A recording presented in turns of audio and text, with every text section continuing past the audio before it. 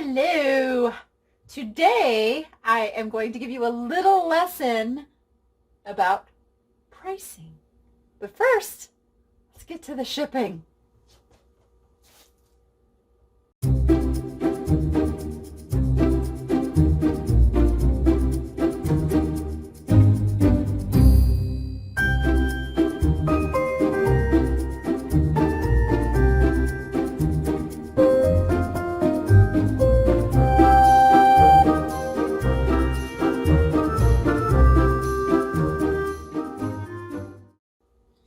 Okay, today I have this funky paper mache zebra mask, which is actually a little tricky to ship because it's very delicate, even though it's not like breakable.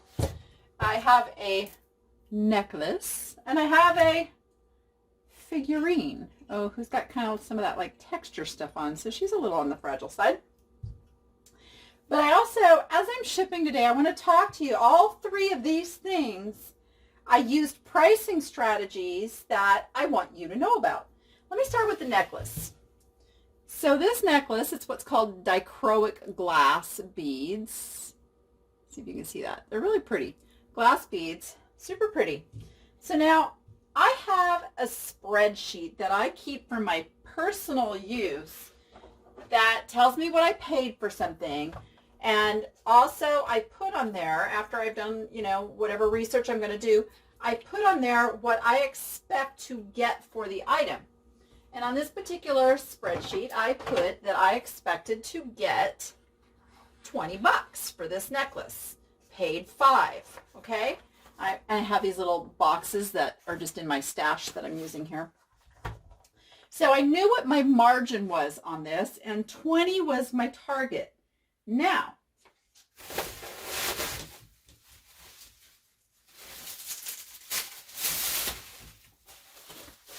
I listed this not at 20 where I wanted to be on it. I listed this at $29.99.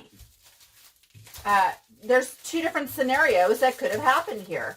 Could I have actually gotten $29.99? Yes, that was a possibility. So I don't price out of the realm of what is reasonable.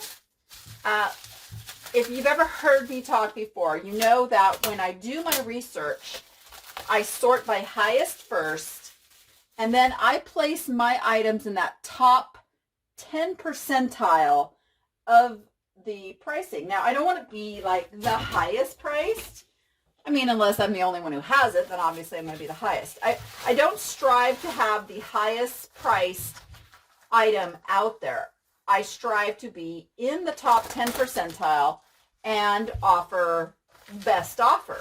I've always done best offer. And now with the offers to watchers thing that eBay does, it's even better.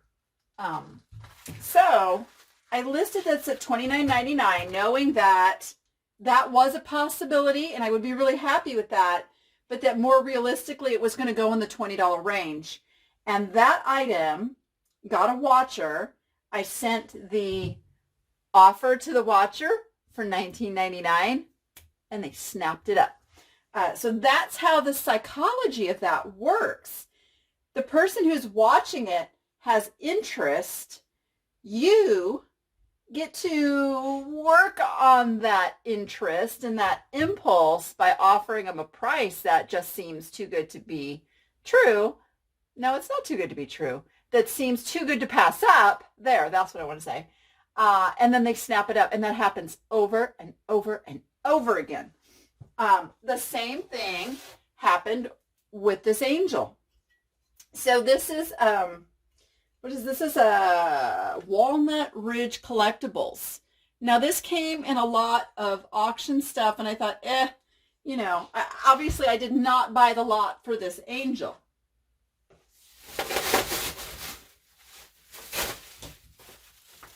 So I was pleasantly surprised to find that this particular collectible sells for some pretty good money. So I listed her at $39.99. Now on my spreadsheet, I expected to get somewhere around 20 bucks for this. And that makes me very happy for something that I had no intention of even listing or purchasing. You know, it was just a bonus. So I kind of, I got an offer of $15. That's what it was. I got an offer of 15, and that was too low. I wasn't going to go 15 on something I had listed for 40. That was a little cray-cray. So I counter offered them at $29.99. I usually come off about $5 to $10 depending on what that pricing is. So I came down to $29.99. They came back, I believe, at $17. Still too low. But I knew they were really interested. So I thought, what price is going to make this sell? Let me just, yeah, that's got enough room. So I came back at the $19.99. Boom. They grabbed it. So again, it was priced at $40, yeah. But I really, $20 makes me super happy. You know I'm all about the $20 bills. I've said that many times. Especially when it's like pure profit. So yeah, $19.99. She's out the door. And selling an angel in May is pretty good. Obviously with everything going on, I can see why people are buying angels in May, but it's really a Christmas a Christmas figurine. Okay, I'm just pouring some packing peanuts in here. Getting my packing peanuts, smushing them in like you've seen me done before. That always makes room for more. And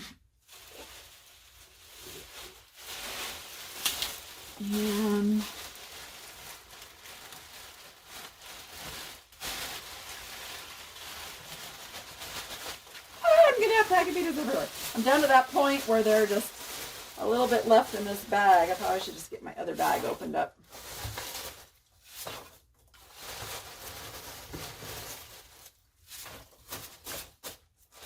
Remember, I always want to make it so that I have to smush down that top. Smush it! Because the peanuts do settle, so if you don't put enough peanuts in there, your item has a chance of moving around, and we don't want that. No moving around.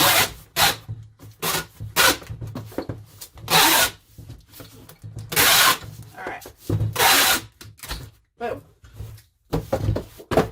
That's done. All right, so there was two $20 bills that I sold because of best offer negotiations. Now this item, I sold this. I put it at auction. I wasn't even going to list it at all. I don't even know where this came from. It's probably some weird thing I picked up at a yard sale like a long time ago. And it is a mask. You can see the holes where the string used to be, and I told them that the string was gone. I don't know how old it is. It is like a cardboardy paper mache kind of, it's weird. So we are going to bubble it up first.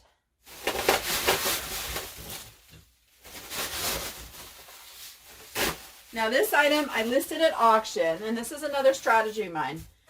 Having no idea what the value is, not remembering what I paid for it, and just knowing that I wanted it to sell, I listed it at a price I was pretty sure opening bid wise it would sell, which was $9.99.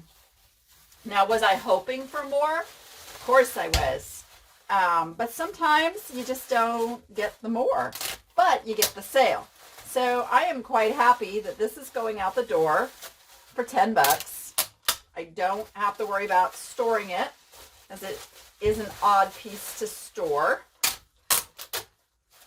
It's a little of a weird shipping thing. I found this box. I'm hoping I don't go over my first class, which is 16 ounces. It fits down in here. This box is sturdy enough it's not going to get smushed. But I do have to go get some more peanuts, so be right back. All right, I am back with a new bag of packing peanuts. I'm going to try to pour. I had to rip it. I could not untie the trashy bag, so I'm gonna pour these in here.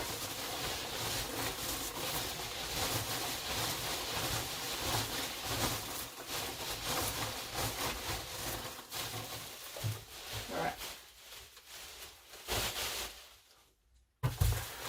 Now I've got to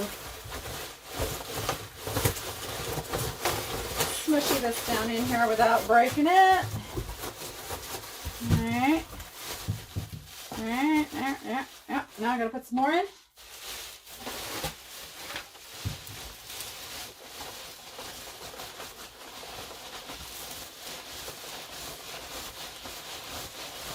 Someday I will have a proper shipping facility. You know, a lot of people have put on their bucket list a new car, a vacation. Oh no. No, Danny wants like some incredible shipping setup. That's on my bucket list. Someday I will have it. I've worked in that scenario and I can tell you from experience, it's just amazing. All right, he's down in there. I think we're still under the 16 ounces for first class. Get him taped up.